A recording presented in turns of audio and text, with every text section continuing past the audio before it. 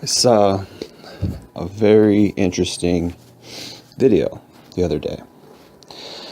And this video was talking about beauty standards and how women are held up to a different beauty standard than men. And the woman who was talking, was suggesting that quote unquote society has put limitations on women and expectations on women where there are none in men. These limitations being beauty standards. And they framed their argument, which was poor. I'll get into that. They framed their argument on the basis that it's a disadvantage for women to be held up to a certain beauty standard, whereas men don't have that beauty standard. And they unwittingly put themselves in a corner and women in a corner by framing it as if men had some kind of pass in society where society didn't put this pressure on men to be beautiful. Okay, first of all, that's not true. All right. As much as women are advertised sexually, so are men. Why is Arnold Schwarzenegger the best bodybuilder in the world ever? Because his body was so good and his face was beautiful. He's very aesthetic. Why does every man love Arnold Schwarzenegger and want to be Arnold Schwarzenegger? Because he's beautiful. That's a beauty standard. Why is George Clooney so famous? Why is Brad Pitt so famous? Why is Johnny Depp so famous? Is it because of their acting? Well, one could argue in Johnny Depp's case that might be true. These guys are good looking. Okay? Tyson Beckford, Jason Momoa. The list goes on. Jason Statham. Okay? Even Sly Stallone. These guys are beautiful looking men with wonderful bodies. These are our beauty standards. It's a lot harder to hit the gym and try to build muscle than it is to just not eat so much. Okay? If we're talking about strict beauty standards, then you're going to have a problem making that argument that, oh, women have these beauty standards and men don't. First of all, it's mean. It's a rude thing to say. And another thing she said was that most men are ugly. And this is a common thing that I hear amongst women. Most men are ugly. Maybe men should wear makeup. Maybe most people in general are ugly. And because women wear makeup, it improves them. Okay? If you look at before and after pictures of women who put on makeup and don't wear makeup, the difference is astronomical. It's astounding. It's huge. It's a huge difference. Women go from being kind of almost ugly when they wake up in the morning to quote unquote putting on their face and being gorgeous. That's actually an advantage. That's not a disadvantage. That's an advantage. Any way you cut it. Okay? I would argue, what's the psychology, the social psychology behind women benefiting, which they do, from wearing makeup? Actually, I would even go so far as to say, what's the social biology? Okay, what's the social biology?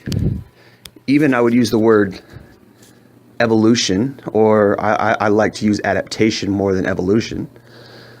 What's the social adaptation of women benefiting from wearing makeup?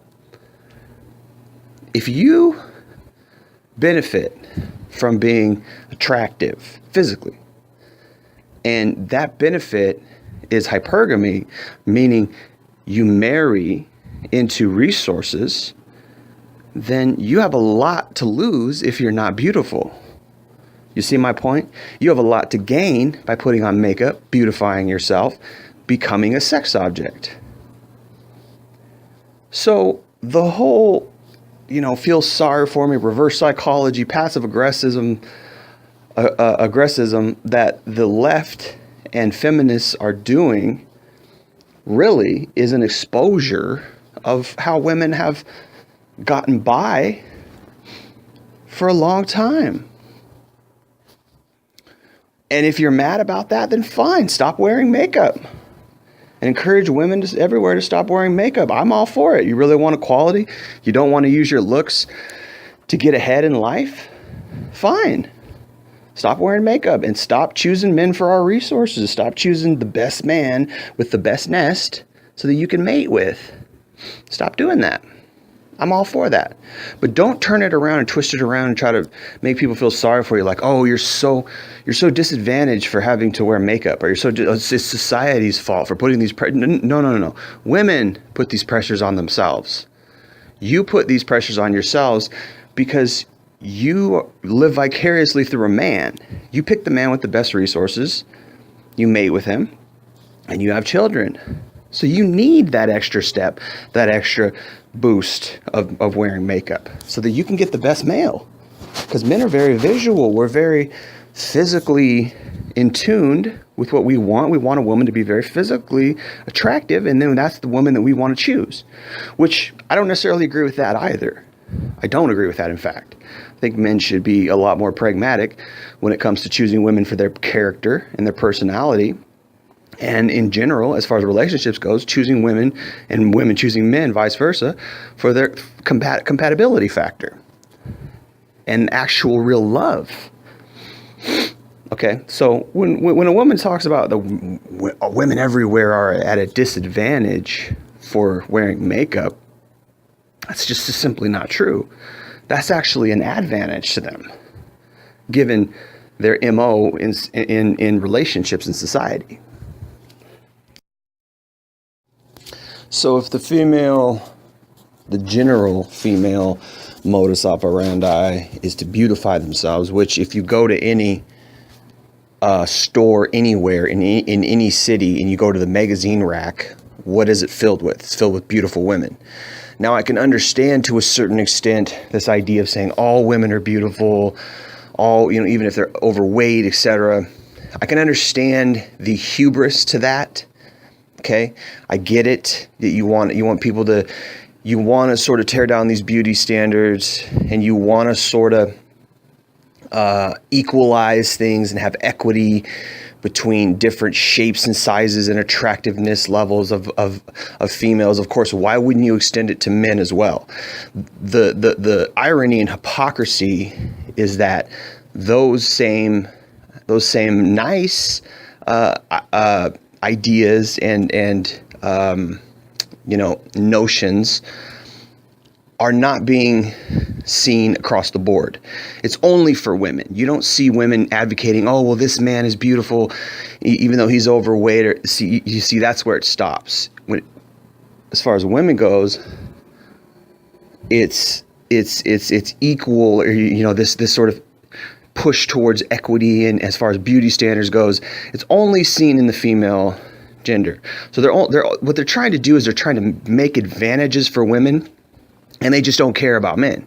They'll try to lower men any way they can, any kind of disadvantage they can, and uplift women. This is not real genuine human equity. It's female gouging. You're trying to gouge, price gouging. You're trying to gouge the female gender, raise up the worth of the female gender, and do anything you can to throw the male gender under the bus, so to speak. Okay, so you'll try to say, oh, this woman is beautiful even though she's overweight and she's unhealthy, and this woman is beautiful even though she's objectively not as attractive as another woman. While although I think that that's a nice notion, it's only seen in women. They're only doing it for women. They're not doing it for men as well. They're not saying this man is beautiful even though he's overweight and balding. Okay, they'll throw that guy under the bus. You see, so this is unfair. So you can't say we want equality, blah, blah, blah, but yet your actions are focused only towards your gender. That's just bottom line, blatant hypocrisy. That's just you're just being hypocritical. And again, as much as I like and think that's a nice notion and that's a nice thing to try to do, it's not realistic. We have beauty standards some people are objectively more good looking than other people. That's just a part of life. That's just a fact. People who are in shape, okay, and I'm not talking about just the face, I'm talking about the whole body. People who are in shape are sexually attractive. It's just a fact. People who are overweight are not very sexually attractive because as human beings, our biology has been programmed, our sexual biology has been programmed to be attracted to people who are healthy, okay? Why is that? Because we want to mate. It's in our genes. We want to procreate, and we want to do it with the best caliber person. All right? So if you want to make that whole argument that women are at a disadvantage because of the beauty standards, blah, blah, blah, that doesn't really add up, because actually in our human biology, these beauty standards are there for a reason. Okay? Standards, if you want to call them that, are there for a reason, so that we can procreate with the best possible mate, so that we can have a good offspring and we can, still continue to be a good species, which we are. Okay. So if, you say, oh, this woman's beautiful, she's fat. Fat is beautiful. And you're trying to instill this notion that's not genuine and not even really observably correct. Fat is beautiful.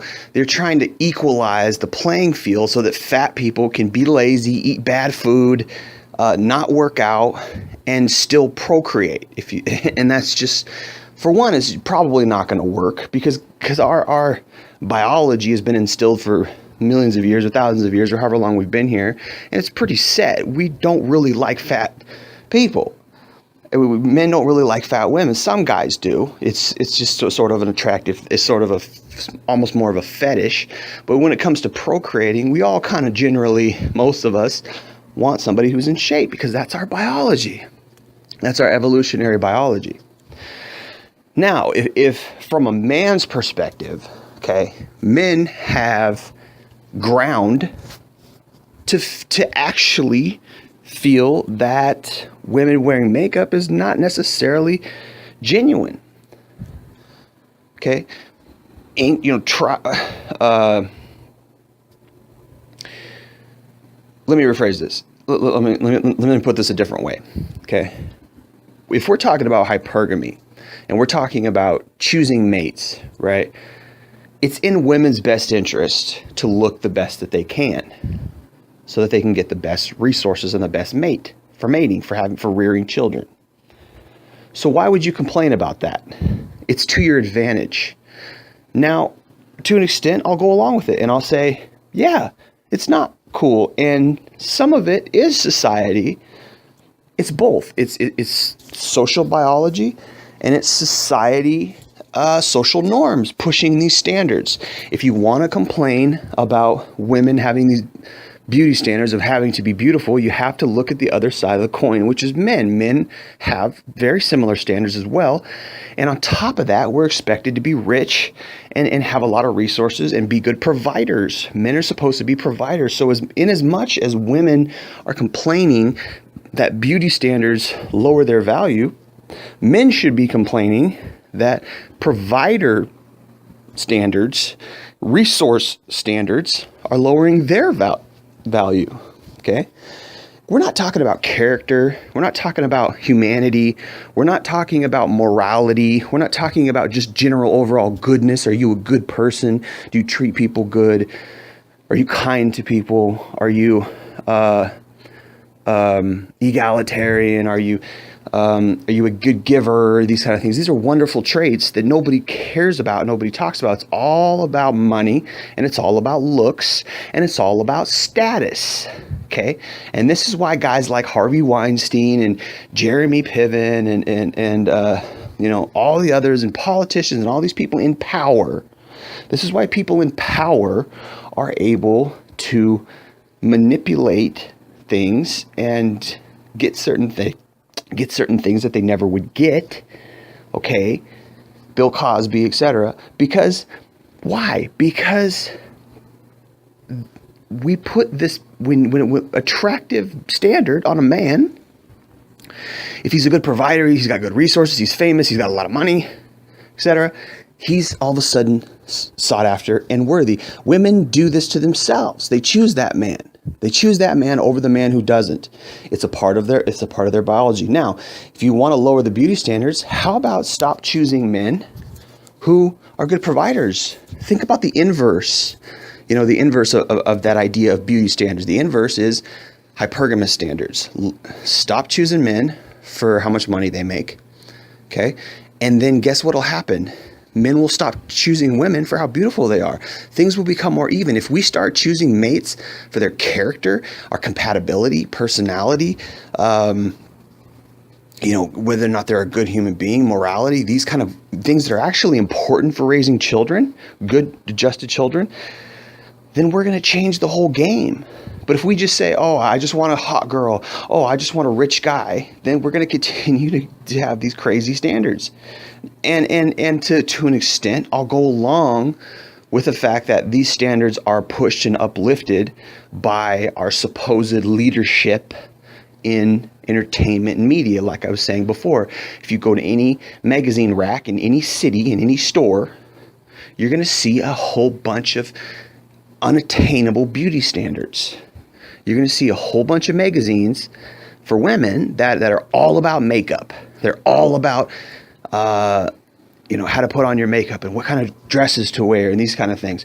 When it comes to men, there's a whole bunch of stuff about getting rich. Oh, Forbes magazine, Business Insider, right? All these magazines about how to improve your resources. So you see what's being pushed to us subtly by the entertainment and the respective, what do you want to call it? Mainstream pop culture. Okay, we are being slowly, we're being slowly programmed. Okay, to act a certain way, to behave a certain way, to do certain things for our respective genders. Well, is that right? We have to wake up and say, what am I doing? A man who goes out and tries to make a bunch of money so that he can get the best woman or multiple women or whatever is playing into that stereotype. A woman who goes out and tries to buy the most attractive clothes and the most makeup, she's playing into that stereotype. Yes, she looks beautiful. Yes, it's great that guy he gets rich or whatever, but those things are not genuine values that enrich the world. Those things are not genuine values that create beautiful children. Okay? I'm pretty sure that if we as a whole, okay, came together and understood that these things are not intrinsically valuable, then maybe we could start tearing down beauty standards. But not to the point where we would say somebody who is objectively attractive, okay, is on par with somebody who is objectively unattractive. That's just not being honest. Okay? As human beings, we have attraction to attractive people. We are attracted to people who are in shape. And this is a thing, biologically. Okay? It's not a social construct. That's not a social construct. And women are attracted to attractive men as well. So when I compare the beauty standards of women to the financial standards of men, it's actually, even though it's an apt comparison for, straight across the board for what those respective genders choose over other things, men actually still have it harder. Because not only are we expected to be attractive and good looking, we're also expected to be good providers and have a lot of money and have at least the amount of money to rear children and take care of a family. This is expected. So it's harder for a man. It's harder for a man to be, accepted by other women be accepted by women, or be accepted by other men, or to be accepted by society. So that whole argument of, women have it so bad because these beauty standards doesn't hold up to the actual standards that men have, which is double. Women aren't expected to make good money, or they're not going to, men aren't going to choose them. That's not how it works. No, all women have to do is be beautiful. And men are so dumb, unfortunately, we are so dumb, we will choose women who don't even have good characters, who aren't even loyal to us, who treat us like crap. We allow that. We will marry these creatures. That's how dumb we are. So we got to wake up. Men have to wake up. So, yeah, I think I made my point. That's about all I got to say. Appreciate you guys listening to Jason Lee, Northwest Podcast.